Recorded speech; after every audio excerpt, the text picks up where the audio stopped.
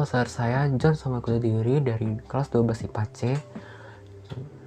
Di video ini saya akan memberikan penjelasan mengenai observasi yang telah saya lakukan terhadap tanaman famili Amaranthaceae. Selain observasi, saya juga akan menjelaskan serba-serbi informasi yang berhubungan dengan bayam. Pertama-tama saya akan menjelaskan klasifikasi tumbuhan bayam. Kingdomnya Plantae. Plantae itu ya organisme ekariat multiseluler yang autotrof. Divisinya Magnoliophyta, tumbuhan yang memiliki bunga sebagai alat reproduksinya. Kelasnya yaitu Magnoliopsida, tumbuhan berbunga bukan monokotil. Ordonya Caryophyllales, familinya Amaranthaceae, genusnya Amaranthoideae, spesiesnya Amaranthus sp. Nah, setelah ini saya akan menjelaskan ciri-ciri dari organ utamanya bayam. Nah, akar atau radiksnya itu tunggang dan akarnya itu tidak berkayu dan akarnya itu berwarna kuning saat masih segar. Sedangkan batangnya atau kaulis, batangnya bulat berdasarkan penampang melintangnya, tegak lurus berdasarkan arah tumbuhnya, dan batangnya ini termasuk batang basah atau herbaceous. Batangnya itu berwarna hijau dan bercabang banyak. Karena batangnya banyak mengandung air, batangnya disebut juga batang herbaceous. Nah, sifat permukaan batangnya itu licin dan beralur, dengan jenis percabangannya itu monopodial.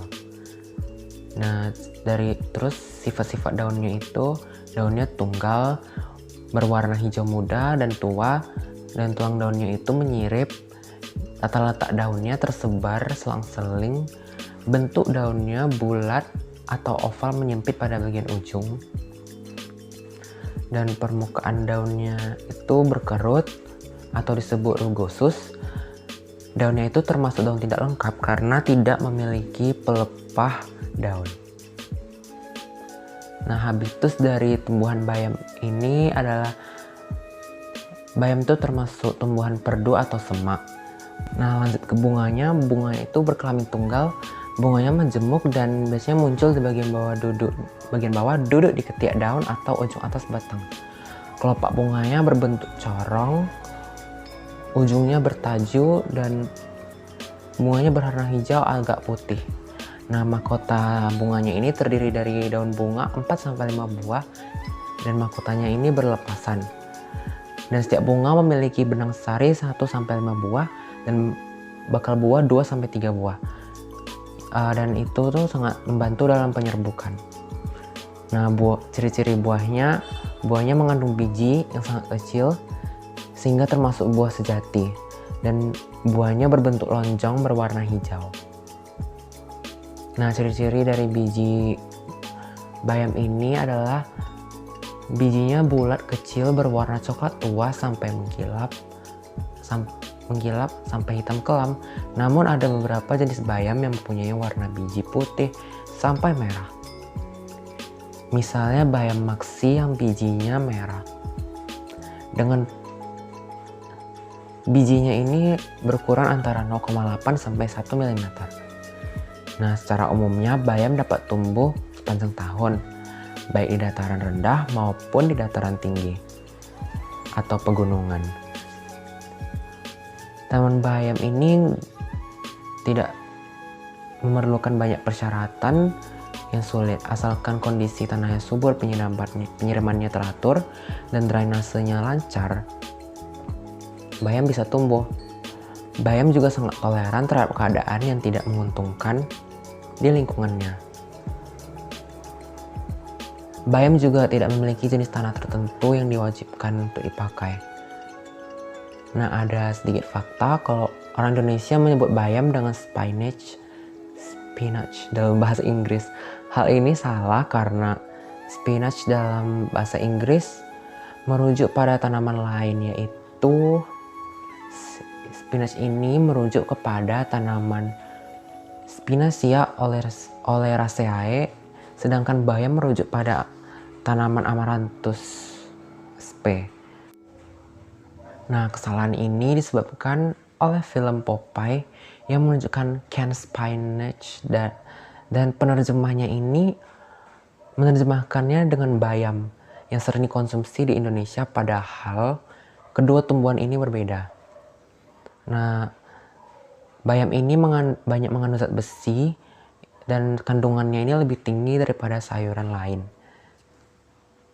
Besi di sini kan merupakan penyusun sitokrom, protein yang terlibat dalam fotosintesis.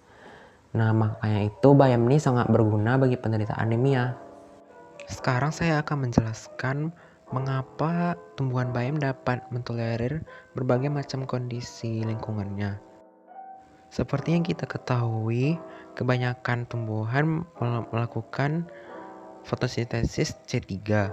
Oleh karena itu, fotosintesis jenis ini adalah yang paling common atau yang paling sering ada. Di mana di fotosintesis ini, fiksasi karbon terjadi dengan menghasilkan zat karbon C3 atau di sana disebutkan 3-fosfogliserat, di mana enzim yang berperan dalam proses tersebut adalah rubisco. Berbeda dengan tumbuhan bayam menggunakan fotosintesis C4. Fotosintesis C4 ini melakukan fiksasi karbon sehingga menghasilkan zat yang memiliki 4 karbon. Nah, enzim yang berperan dalam fiksasi karbon berbeda dengan fotosintesis C3. Di sini enzim yang berperan adalah PIP karboksilase. Di sini PIP karboksilase katalis reaksi antara PIP dan CO2 menghasilkan oksaloasetat, yaitu suatu zat yang memiliki 4 karbon. Seperti yang kita bisa lihat di diagramnya, zat karbon dioksida baru digunakan saat sudah memasuki bundle sheet sel atau cell bundle sheet. Hal ini menyebabkan Calvin cycle tidak terjadi langsung di sel mesofil. Nah, bayangin aja kalau misalnya tanaman C3 tadi ditempatkan di daerah yang sangat panas dan kering.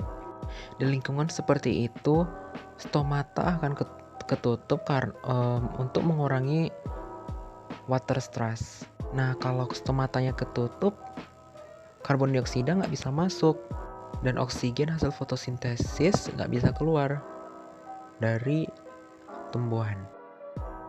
Apa yang terjadi jika oksigen terakumulasi terlalu banyak? Nah, oksigen yang terakumulasi ini akan bereaksi dengan enzim rubisco menghasilkan 2-fosfoglycolat dan akan mengalami fotorespirasi atau suatu jenis respirasi seluler yang memanfaatkan cahaya. Fotorespirasi ini tentu saja sangat tidak bermanfaat untuk tumbuhan karena sama sekali tidak menghasilkan gula ataupun ATP sebagai sumber energi. Enzim rubisco juga terbuang sia-sia yang seharusnya digunakan untuk fotosintesis. Dapat disimpulkan bahwa tumbuhan C4 lebih mampu bertahan di lingkungan yang lebih kering dan panas. Nah, maka dari itu bayam yang kita bahas dalam video ini merupakan salah satu contoh dari tanaman C4 karena bayam mampu bertahan di berbagai kondisi lingkungan. Seperti yang bisa dilihat di gambar, fotosintesis C4 dapat mencegah fotorespirasi untuk terjadi, sehingga semua tumbuhan C4 dapat bertahan di kondisi lingkungan yang panas dan kering. Sekarang saya akan lebih memperdalam lagi penjelasan mengenai morfologis tumbuhan bayam. Tumbuhan bayam sendiri memiliki akar tunggang. Nah, apa sih bedanya akar tunggang dengan akar serabut? Nah, akar tunggang ini dia memiliki akar primer atau akar yang memanjang lurus sampai dalam ke tanah. Dan akar primer memiliki cabang-cabang akar lateral yang akan memiliki cabang-cabang lagi. Nah, sedangkan akar serabut itu hanya merupakan akar lateral yang memiliki banyak cabang. Sehingga kalau dibandingkan dengan akar tunggang, akar serabut lebih dangkal atau tidak sedalam akar tunggang. Akar serabut sendiri hanya dimiliki oleh tumbuhan monokotil, dan akar tunggang hanya dimiliki oleh tumbuhan dikotil. Dengan ciri-ciri seperti itu, akar tunggang pastilah memiliki kemampuan yang lebih baik dalam menyerap air, terutama air yang berada jauh di dalam permukaan tanah. Sedangkan akar serabut tidak memiliki kemampuan sebaik akar tunggang. Akar tunggang dapat digunakan oleh tumbuhan sebagai tempat cadangan makanan. Berbeda halnya dengan akar serabut yang tidak dapat melakukan fungsi seperti itu. Dengan kemampuan akar tunggang yang seperti itu, pernyataan yang telah saya sebutkan sebelumnya kembali didukung karena bayam sendiri berakar tunggang dan dapat bertahan di berbagai kondisi lingkungan. Jika kondisi lingkungannya buruk atau kekurangan air, akarnya dapat mencapai air di bagian tanah yang dalam. Nah, batang berkayu pada umumnya memiliki tekstur keras dan arah pertumbuhannya itu keluar membentuk kulit. Batang berkayu dapat bertambah besar karena adanya aktivitas kambium melalui pertumbuhan sekunder. Karena sifatnya yang keras ini, batang berkayu banyak dimanfaatkan sebagai bahan utama perabot rumah tangga. Contoh dari tumbuhan berbatang kayu adalah pohon jati, pohon nangka, pohon jambu, pohon mahoni, pohon albasia, dan pohon terbesi. Kedua, batang basah, yang merupakan jenis batang yang dimiliki oleh tumbuhan bayam. Batang basah ini berciri utama lunak, berair, dan pendek. Karena sifatnya lunak, batangnya tidak keras dan mudah dipotong. Contoh tumbuhan berbatang lunak adalah pohon pisang, bayam, selada air, dan kangkung. Nah, yang ketiga, batang rumput. Batang rumput ini tidak berkayu, memiliki roster luas dan berongga, dan umumnya juga pendek. Contoh tumbuhan yang memiliki batang rumput adalah rumput, padi, jagung, tebu, dan gelagah. Nah, organ selanjutnya yaitu daun. Mari mencari tahu terlebih dahulu mengenai fungsi daun. Nah, fungsi daun itu untuk fotosintesis. Fotosintesis adalah fungsi daun yang paling utama. Fotosintesis merupakan proses biokimia pembentukan karbohidrat dari bahan anorganik yang dilakukan oleh tumbuhan dengan menggunakan zat hijau daun yaitu klorofil. Yang kedua, sebagai organ pernapasan. Daun memiliki stomata yang berfungsi sebagai organ respirasi. Yang ketiga adalah alat reproduksi vegetatif. Beberapa tumbuhan memanfaatkan daun sebagai alat reproduksi vegetatif atau aseksual. Salah satu contohnya adalah tumbuhan cucur bebek. Nah, jenis-jenis tulang daun ada menjari, menyirip, sejajar, melengkung. Bayam sendiri termasuk ke dalam jenis daun menyirip. Daun menyirip adalah daun yang memiliki struktur tulang daun menyirip seperti pada sirip ikan.